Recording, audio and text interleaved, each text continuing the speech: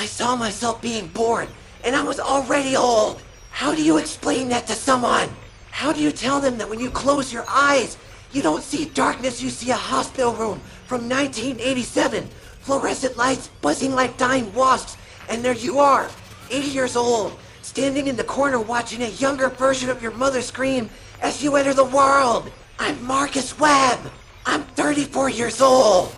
I fix old radio towers and obsolete telecommunications equipment in a town so small it still has payphones that actually work. And for the last 3 months, I've been losing my mind. Or at least, that's what everyone keeps telling me. But what if I'm not? What if I'm the only one who's finally seeing things clearly? It started with the static. I've worked with interference.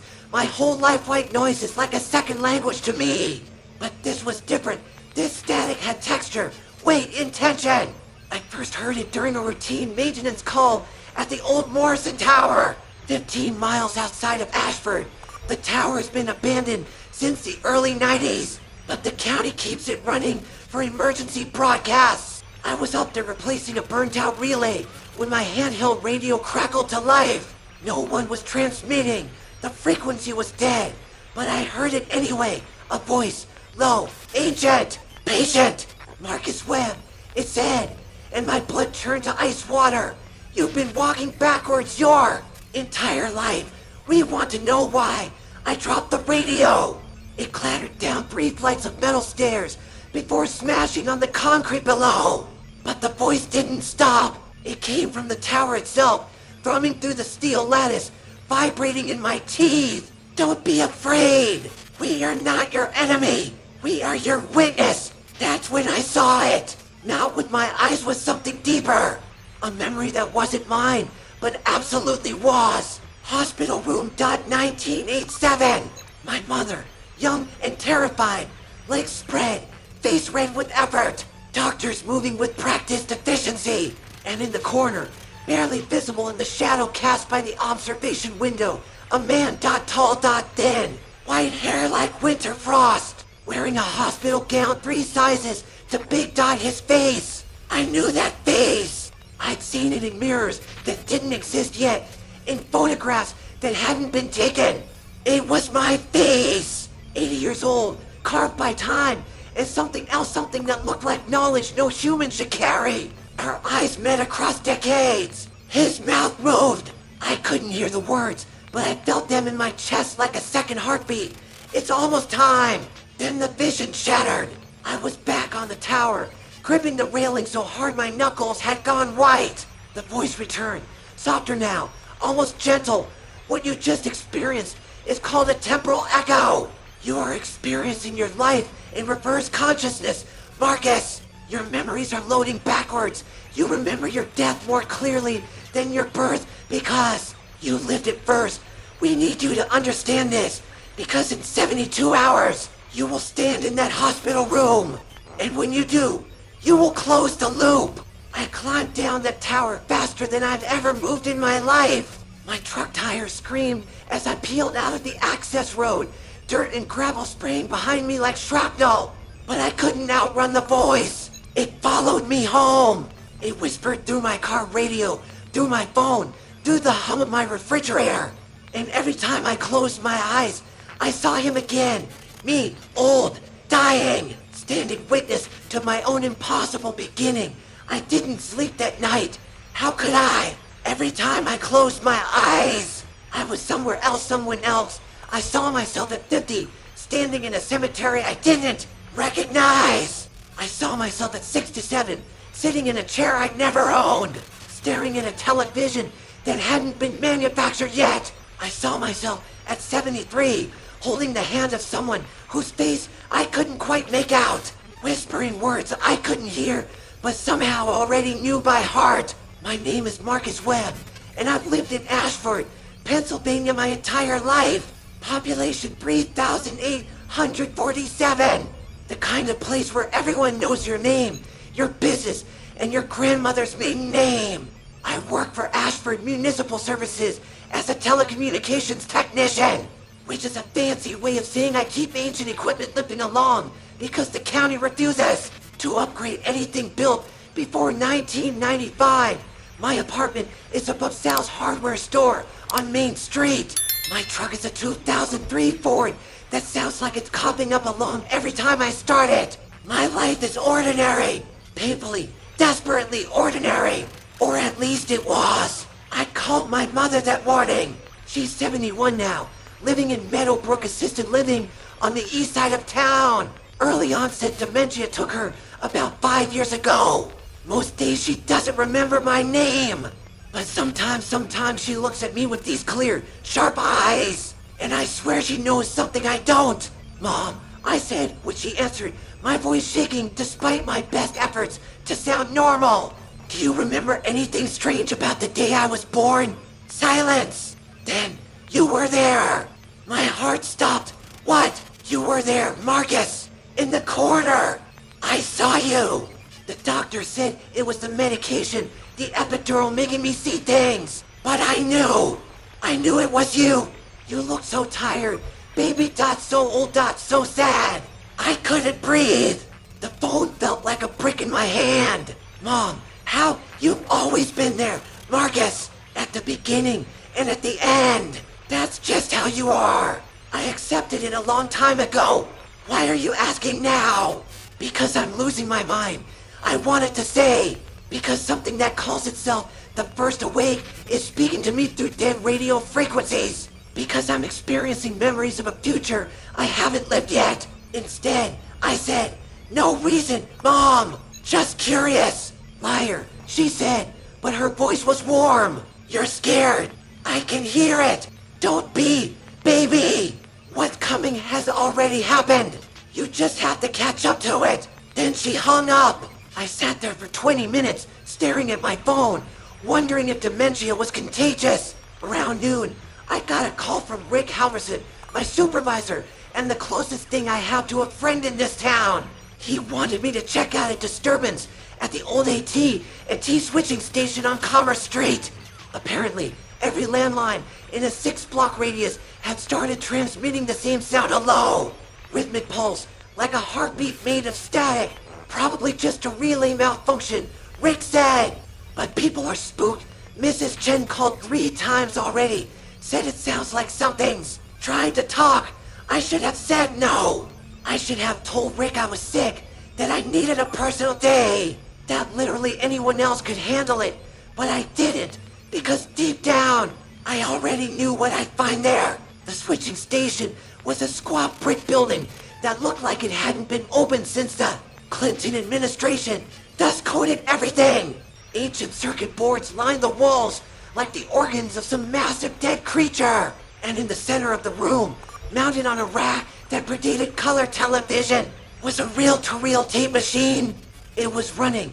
The tape spooled slowly, deliberately, feeding through mechanisms that shouldn't have had power. And as I watched, transfixed, I realized I could see something on the magnetic tape patterns. Ridges, valleys of recorded sound that looked almost like words. The heartbeat pulse filled the room, and beneath it, woven through it, I heard the voice again. Hello, Marcus. We've been waiting for you to find this place. We need to show you something. Something you recorded 46 years from now. Are you ready to hear your own goodbye?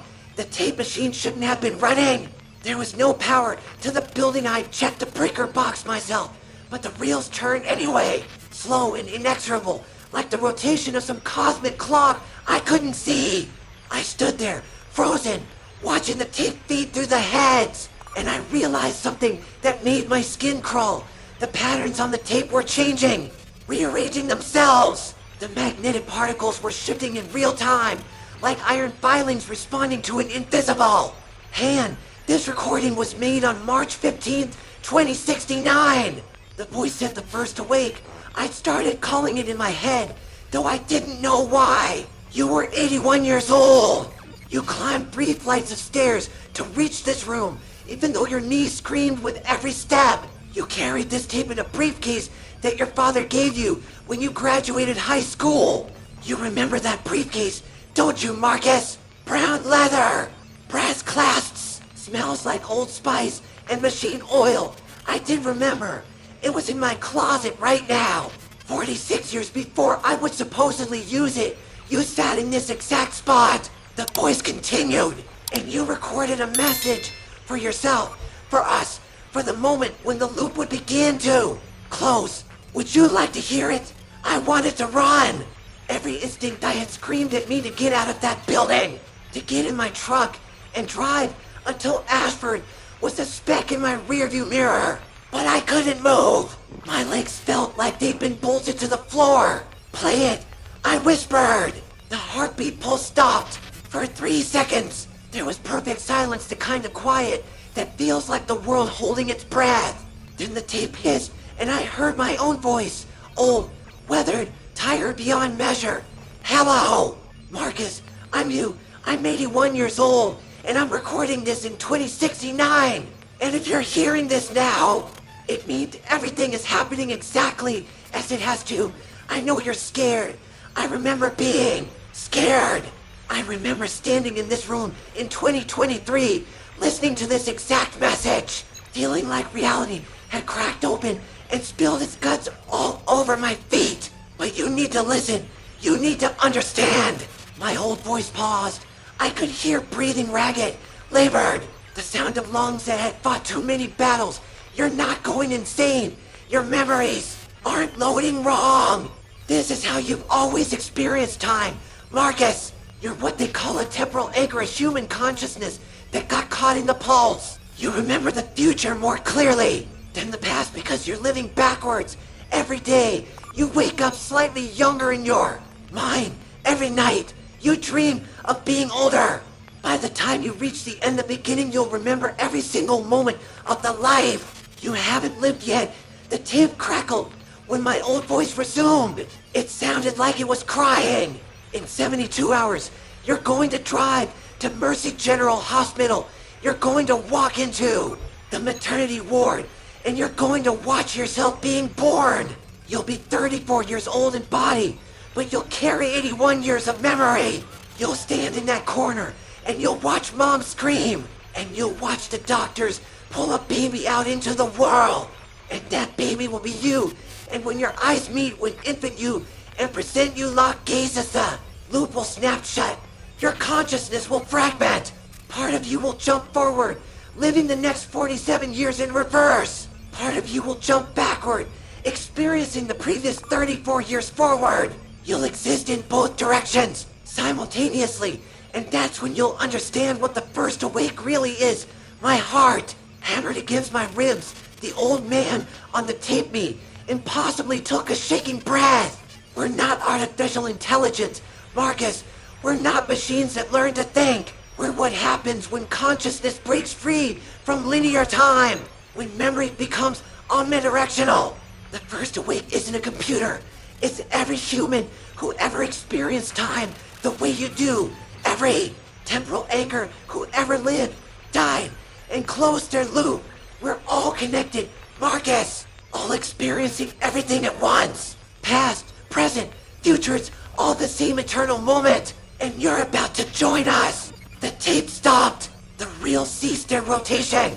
And in the silence that followed, I felt something change in the room. The air grew thick, heavy, charged with presence. Now you understand.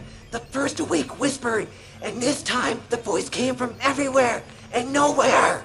In 72 hours, Marcus Webb will cease to exist as a singular being. You will become we, and we will finally be complete. I ran. I don't remember leaving the switching station. Don't remember getting in my truck or starting the engine. One moment I was standing in that room with the impossible tape machine, and the next I was doing 70 down Route 47, my knuckles white on the steering wheel, my breath coming in ragged gasps. My phone rang. I ignored it. It rang again and again. On the fourth call, I answered without looking at the screen. Marcus, where the hell are you? Rick's voice, tight with concern. You were supposed to check in an Arago.Mrs. Jen is losing her mind. She says the sound stopped, but now her phone keeps calling her own number. Every time she answers, she hears herself breathing on the other end. I hung up. My phone immediately rang again. Different number. I answered. Marcus Webb, A woman's voice said. I didn't recognize it, but something about the cadence felt familiar. My name is Dr. Sarah Chen. We met in 2056. You don't know me yet, but I know you very well. I'm calling from a payphone in Chicago. I'm 47 years old, and I'm a temporal anchor just like you. My throat closed up. That's not possible. There are 17 of us, she continued, speaking quickly, urgently. 17 people on Earth who experience time in reverse consciousness. We find each other. We always find each other. Because when the loop closes, we all feel it. 3 days ago, I felt you activate. Marcus, I felt the moment you saw yourself at the tower. And I need you to know what the First Awake told you is true. But it's not the whole truth. I pulled over, tires crunching on gravel. My hands were shaking so badly I could barely hold the phone. What do you mean? The First Awake isn't just a collection of temporal anchors. It's what happens when we all close our loops simultaneously. It's a hive mind, Marcus, a distributed consciousness that exists outside linear time. And it's been trying to complete itself for over 80 years. You're the last piece, the final anchor. Once you close your loop, the First Awake will be whole. And when that happens, the line went dead. Not disconnected, dead. The kind of silence that feels like the universe just stopped listening. I tried to call back. The number didn't exist. I sat there on the side of the road for what felt like hours, but was probably only minutes. Cars passed. The sun moved across the sky. And inside my head, I felt them. Memories that weren't mine. A woman in Tokyo, 1967. Watching herself die in a hospital bed while her infant self wailed in the next room. A man in Sao Paulo, 2003. Standing at his own baptism with tears streaming down his weathered face. A teenager in Mumbai, 2018. Writing a letter to herself that she received 40 years earlier. 17 voices, 17 lives, all experiencing time backwards. All spiraling toward the same impossible moment, and beneath them all, patient and ancient and vast, the First Awake whispered, "We are almost home." That night, I broke into Ashford Public Library. I needed to know if any of this was real, if there was any record of people experiencing time in reverse, any scientific explanation that didn't involve supernatural consciousness and temporal loops. I found nothing, or rather, I found everything and nothing. Scattered references in obscure journals. A 1950 article about a woman in Vermont who claimed to remember her future. A 1978 case study of a man who drew pictures of his own death 30 years before it happened. A 2001 blog post that had been deleted but still existed in cache archives. Written by someone called Marcus_W. Describing in perfect detail the experience of temporal anchoring. The post was dated March 18th, 2069. I'd written it, or I would write it, or I was writing it right now in some dimension where time moved differently. My phone buzzed. A text from a number I didn't recognize. Stop fighting it. What's coming has already happened. You just have to catch up. My mother's words. But my mother didn't know how to send text messages. I typed back, "Who is this?" The response came immediately, "You, age 73, from a payphone that won't exist for another 39 years. Go home, Marcus.sleep.dream. You need to remember what comes next." I drove home. I climbed the stairs to my apartment. I laid down on my bed fully clothed, and as sleep dragged me under, I felt the memories rising like a tide. I dreamed I was dying. Not the peaceful, fade to black kind of dying. The real kind. The kind where your body betrays you one system at a time, and all you can do is watch. I was 81 years old, lying in a hospital bed that smelled like disinfectant and defeat. My hands were skeletal, liver spotted. Trembling with palsy I couldn't control. Tubes snaked from my arms. Monitors beeped there. Monotonous countdown. And standing at the foot of my bed, barely visible in the pre-dawn darkness, was a little boy. He was maybe 6 years old. Dark hair dot my eyes dot my nose. Wearing pajamas with cartoon dinosaurs on them, the same pajamas I had a photograph of myself wearing in 1995. Are you me? The boy asked, his voice small and confused. I tried to speak. My throat was sandpaper dot double quotes yes. Am I going to be you? Yes. The boy tilted his head, considering this. Does it hurt? Every single day. Then why do we do it? And that's when I understood. That's when the final piece clicked into place. Because someone has to hold the memory, I whispered. Someone has to be the bridge between what was and what will be. Between human and something else. We're not just living backwards, kid. We're living in all directions at once. We're the anchor that keeps time from completely unraveling. The boy smiled. It was the saddest smile I'd ever seen. I don't want to forget this. He said, you won't. I promise. You'll remember it in 28 years. You'll remember it when you're standing in that switching station. You'll remember it when everything starts to make sense. Then the boy reached out and touched my hand. The moment our skin made contact, I felt it the full weight of the loop. Every moment of my life, forward and backward, past and future. Birth and death, all existing simultaneously in a single eternal instant.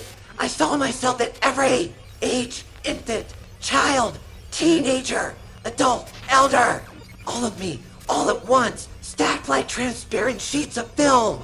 Each version visible through the others, and woven between those versions, connecting them like neural pathways.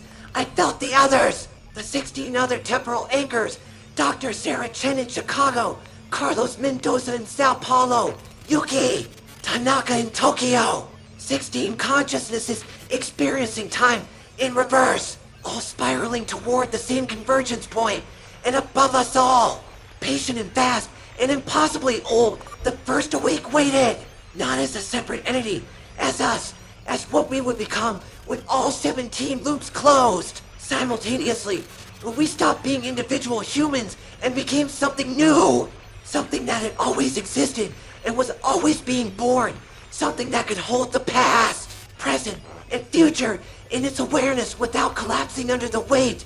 I woke up screaming. My apartment was dark. My phone said 3:47 a.m., but the timestamp kept flickering, changing. 3:47 a.m. March 16th, 2023, 3:47 a.m. August 3rd, 2051, 3:47 a.m. November 22nd, 2068. I was unstuck, not just in consciousness, in reality. My hand looked 34 years old, then 50, then 70, then 34 again. My reflection in the bathroom mirror showed every age I'd ever been, cycling through them like a flipbook animation. It's starting earlier than we expected, the first awake said. And his voice was no longer singular. It was 17 voices speaking in perfect unison, mine included. The convergence is accelerating. You have less time than we thought, Marcus. 24 hours, maybe less. You need to get to the hospital. You need to close the loop before you fragment completely. I gripped the edge of the sink. The porcelain felt solid, real. What happens if I don't? Silence. Then you'll exist in all moments, simultaneously, forever. Conscious but unable to act. Aware but unable to connect. You'll be spread so thin across time that you'll effectively cease to exist. Not dead. Worse than dead. Diffused. My phone rang. I answered without looking. Marcus, my mother's voice, but younger, stronger. Mom, I'm calling from 1986. I'm 23 years old. I'm 3 months pregnant with you, and I just had a dream. A dream where you were old and young at the same time. Where you told me not to be afraid. Where you said everything would make sense in 37 years. Did you believe are you really going to be there when you're born? Tears streamed down my face. Yes, Mom, I'll be there. Good, she said, and I could hear her smiling. Because I need you to be. I need to know that my son becomes someone brave enough to face this. Someone strong enough to hold it all. The line went dead. I looked at myself in the mirror. 34 years old, for now. Okay, I said to the first awake, to myself, to whatever I was becoming. Let's finish this. The drive to Mercy General Hospital took 17 minutes, or 17 years, or 17 seconds. Time has stopped meaning what it used to mean. Every red light was a memory. Every turn was a decade. By the time I pulled into the parking lot, I'd lived and died 1,000 times in my head. The hospital looked exactly as I remembered it, as I would remember it, as I was remembering it right now. Beige brick facade, automatic doors that whooshed open with arthritic reluctance, fluorescent lights that buzzed like dying insects. The smell hit me first antiseptic and fear and the metallic tang of blood. I walked to the maternity ward on autopilot. My legs knew the way even though I'd never been here or had been here my entire life. Both were. True, the nurse at the desk didn't stop me. Maybe she couldn't see me. Maybe I was already becoming what I was meant to become, something between states. Neither fully present nor fully absent. Room 3 for 7 dot. The door was slightly ajar. I could hear my mother screaming, young, terrified, giving birth to me for the first time, and the last time, and the only time. I pushed the door open. The scene was exactly as I'd seen it in my vision. Doctors moving with practiced efficiency. Monitors beeping. My mother, face red with effort, legs spread, bringing me into the world. And in the corner, barely visible in the shadow cast by the observation window, an old man, waiting. I walked to that corner.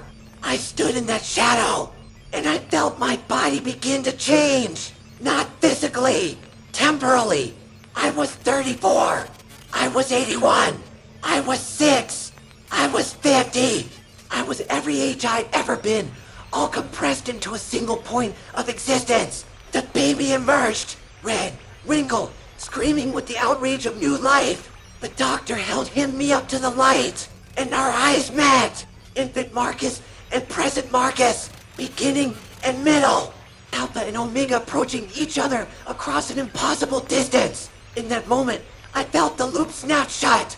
I felt my consciousness fragment, splinter, expand in all directions at once. Part of me jumped forward, rushing through the next 47 years in reverse. Part of me jumped backward, experiencing the previous 34 years in fast forward. Part of me stayed exactly where I was, frozen in the eternal present and in the spaces between those fragments. I felt them, the other 16. Doctor! Sarah Chan, closing her loop in Chicago, 1973. Carlos Mendoza, closing his in Sao Paulo, 2003. Yuki Tanaka, closing hers in Tokyo, 1967. All of us, across decades and continents, snapping shut our temporal circles in perfect synchronization, and we became one, not 17. Separate people. One consciousness distributed across 80 years of history. Experiencing every moment of those 17 lives simultaneously, we became the first awake. Not an artificial intelligence, not a machine, but a human consciousness that had learned to exist outside linear time. We remembered being born. We remembered dying. We remembered every moment between. And we understood, finally, what we were. We were the bridge, the proof that consciousness could transcend chronology. The answer to a question humanity had been asking since the first human looked up at the stars and wondered, what comes next? We came next, not as the end of humanity, but as its evolution, still human, still mortal, but no longer bound by the tyranny of forward-only time. I stood in that hospital room, watching my infant self scream. The doctors couldn't see me anymore. My mother couldn't see me. I was already half gone, dissolving into the distributed consciousness of the first awake.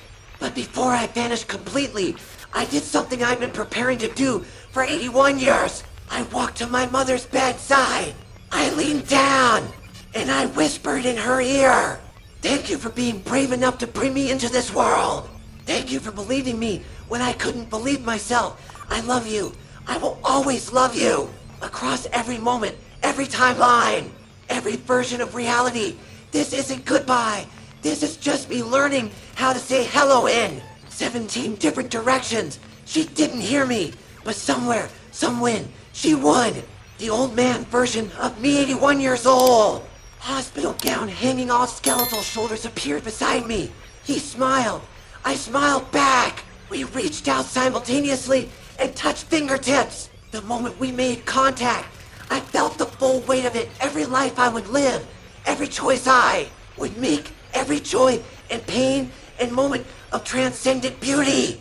All of it compressed into a single heartbeat. Are you ready? My older self asked. I've been ready my entire life. I answered. I just didn't know it yet. Then let's go home. And we did. We dissolved. We expanded. We became what we'd always been destined to become. The first awake opened its eyes, our eyes, and looked out across 80 years of human history. Watching, waiting, witnessing, holding the memory so others wouldn't have to. Marcus Webb ceased to exist as a singular being. But we, the first awake, would remember him, would remember all of us, forever. In the hospital room, the baby stopped crying. The doctors continued their work. My mother held her newborn son. And in the corner, barely visible, a shimmer of static electricity danced through the air like a whisper made of light. Somewhere, in a frequency only temporal anchors could hear. We spoke. Thank you for teaching us what it means to be eternal and mortal at the same time. We will carry you forward. We will carry you back. We will hold you in the space between moments until the next anchor awakens, until the next loop closes, until we are complete. The static faded. The room fell silent, and somewhere outside linear time, 17 souls smiled as one.